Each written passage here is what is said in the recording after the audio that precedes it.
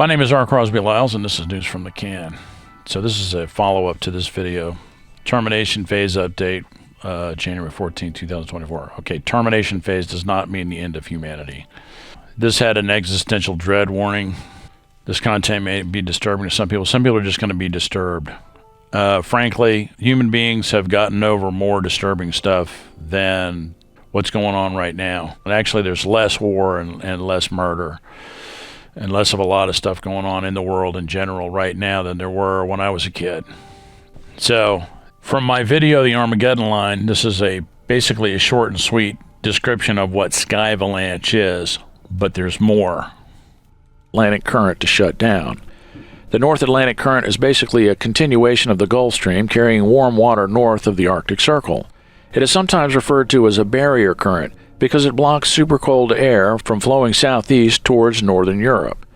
Compounding the shutdown of this barrier is an imbalance between the warm air temperature of the troposphere and the supercold air of the stratosphere. The greenhouse effect not only heats the lower atmosphere but also causes the upper atmosphere to become colder because long-wave infrared radiation is absorbed by greenhouse gases before it can reach the upper atmosphere. So, as the surface gets hotter, the sky gets colder until the imbalance reaches a breaking point. Take a look at the State of Climate 2011 Stratospheric Temperature, a web document put out by NOAA, and it's clear that the stratospheric temperatures have fallen over the last 30 years. According to Strieber and Bell, this temperature imbalance constitutes a global store of potential energy that is released suddenly in the form of superstorms with massive amounts of supercooled precipitation. The mechanics of what triggers this supercooled stratospheric air to suddenly dive down seemed intuitive when I first read their book, The Coming Superstorm, those many years ago. Unfortunately, hot air rises and cold air falls is too simplistic to explain the complexities of air circulation between the stratosphere and the troposphere around the globe. So there's more. And so what they had basically postulated is that store is based on air temperature alone. So the air is very diffuse in the stratosphere.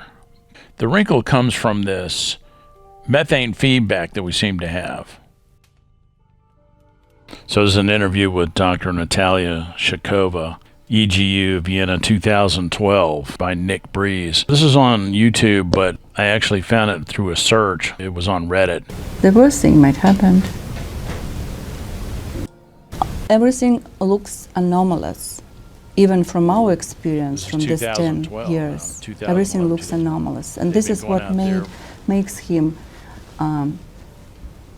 thinking that, making him think that the worst thing might happen. No, we cannot exclude this. Maybe it's 1%, maybe it's less, but we cannot exclude because... Shortly speaking, we do not like what we see there. Absolutely. So where she's talking about is this region, because I've already got this up, it's right up here. This is where they used to go regularly. I think it's in the Chukchi Sea, somewhere in that area. And they had been going there for 20, 30 years, something like that. So she makes this statement, and everybody freaked out. So a virtual army of people from all over the globe. This shows you the different colored lines, who all the different people are. You've got NOAA, but it's not just the United States. It's the French. It was a Brazilian team.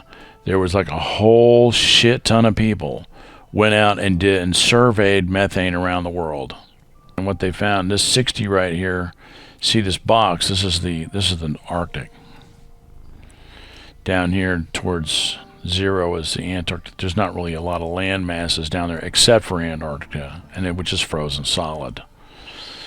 But this box that you see right here between 60 and 80, that's the Arctic. And basically what they found out is that methane was coming from the usual suspects. Wetlands and rice fields in India and China and maybe Southeast Asia and South America. That shows through the work of a veritable horde of methane researchers that there currently is no demonstrable... The upshot is there was no Arctic feedback at that time. And so this was on everybody's lips. Oh, it's an Arctic feedback. Okay. But now, Guy McPherson features heavily in a lot of this stuff. And so you would hear him say things like, well, you know, the people that are going up there, the Arctic Ocean is bubbling like ginger ale. However, that was 2012, and it's 12 years later. This is Copernicus. So this is the surface level of methane, even on the surface level. Look at all this methane that's right over the ocean, all over. This is the area that Dr. Sakhova was in. And she goes on to say in that interview, they think that this area is the largest hydrocarbon stock in the world. But you can see the level of methane there over the surface of the ocean. So this, I think, is probably 2 meters. It's probably like a 2 meter thing, 2 meters above the surface of the ocean. You know, and this could be caused from agricultural runoff, seaweed overgrowth, all kinds of stuff, wetlands. And that's what you can see. You can tell what a wetland source waxes and wanes because it's going to produce, depending on where the sun is. If the sun's out and it gets warmer, when you're watching this play, when it waxes and wanes, it's probably from wetlands. These were the culprits, according to the big wigs, you know, at NOAA and all these other places. Those are more intense emitters, but you're talking about somewhere around 2 parts per million of methane over almost the entire ocean above the equator in the northern hemisphere of the planet. When you do your calculus, but that's, you know, these are the usual suspects, and it's, you know, you've got oil and gas exploration, by the way, because of the maturity of drilling, technology of drilling, you can expect that countries that had hard to get oil are exploiting those resources for their own benefit, you know, so they don't have to pay as much for energy. But anyway, I wanted to kind of sort of check in with that a little bit. If you look at the 850 hectopascal level, which is about 5,000 feet, you can see basically where the methane is coming from. A lot of it is coming from the Arctic. So there's a feedback going on. Surface. And a lot of this gas goes over the surface of the ocean. But there's a lot of anthropogenic sources too. But here's the thing. All this methane is going right for the stratosphere. Methane has got a molecular weight of like 18. So it's very light. And it's not very soluble in water. So it goes right for the stratosphere. And ends up creating a lot of ozone, but also basically becomes CO2 and water vapor. You end up with a carbon dioxide accumulation in the stratosphere. So 500 hectopascals is right here, which is 500 millibars, is about 18,000 feet. Not quite the stratosphere. 30,000 feet is 300 hectopascals. 50 hectopascals is about 67,000 feet. But you can see the accumulation is higher up. So this imbalance that they're talking about, this Strieber and Bell we're talking about, CO2 is heavier than diatomic nitrogen or diatomic oxygen. You do have some ozone, but CO2 is very stable. Ozone's not that stable. As I will go on to say, they keep saying that there's a lot of back and forth about this. It used to be 1,000 parts per million. Now they're saying it's 600 parts per million. When they do that, it makes the total column look less. If you go to the total column, see, it still says 1,000 parts per million over here. A lot of people just look at the total column to see what's going on. But the way that they have this set up so that this is 600 parts per million, we don't really know. We know that it's saturated at 600 parts per million, but we don't really know how much CO2 is up there. Might be 1,500 parts per million, might be more, might be 2,000, might be 3,000 parts per million. All we can tell from this is it's saturated at 600 parts per million at 50 hectopascals, 300 hectopascals, 500 hectopascals. And CO2 is, you know, ever watch somebody put dry ice in a bucket of water, and you will see that the CO2 grabs moisture out of the air. CO2 actually aggregates water droplets. It creates fog, cloud, whatever you want to say, and flows over the top because it's cold. So you know that the stratosphere is colder And you see different, newsprint will be talking about that the stratosphere is heating up in some places, and maybe it is, but I haven't really seen any data like that. It looks like there's a lot of misinformation, disinformation type of stuff. In any case, that's skyvalanche. Skyvalanche is this concept where not only is it getting colder in the stratosphere, mesosphere, perhaps, it's getting heavier. You're getting an you can see with your own eyes that there's an accumulation of CO2 in the stratosphere. And CO2 is a heavy gas. It's heavier than diatomic oxygen, diatomic nitrogen, and whatever else may be floating around up there, right? So there is another wrinkle to the imbalance hypothesis. And, we see bomb cyclones and things like that. And this is a product of folding of the tropopause, because when air starts when you get an expansion of hot air, and then it starts to move, it moves downhill, and as it does that, the Coriolis force will cause it to race along the isobars are where the pressure is equal, so it doesn't flow in a straight line. As it flows north, it will go east and then move quite rapidly enough to where that laminar flow, the friction in the laminar flow, will cause it to curl. And when it curls, it'll pull the cold air down with it. And so there's that. But basically you have an imbalance. And their postulation was that the temperature alone would be enough to cause skyvalanche. At that time when they wrote the book, which is over 20 years, like 25 years ago, and they weren't scientists, they're de facto scientists because they did some research and made a hypothesis. And I'm not sure who else, where else they drew their information from, but they wrote the book, and this stuff is being studied by the National Center for Environmental Phenomenon. There it is. So it's not just temperature, it's temperature and accumulation of CO2. It's mass. It's a instability of, it's an imbalance of mass in the stratosphere. And so at some point that might reach a critical phase where in some places it will collapse suddenly. The air is stratified in the stratosphere, so it moves, it skins over, it's like a laminar type of thing in a way.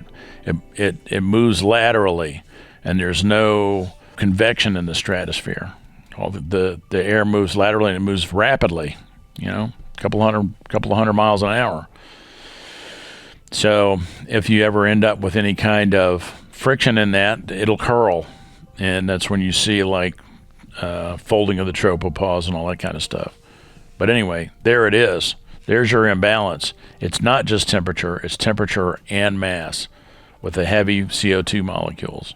So now we'll get back to our regular scheduled program. My channel trailer says be prepared for everything. So some basic shit you can do, because this can happen still. Because of the nature of our atmosphere, it's like a lens.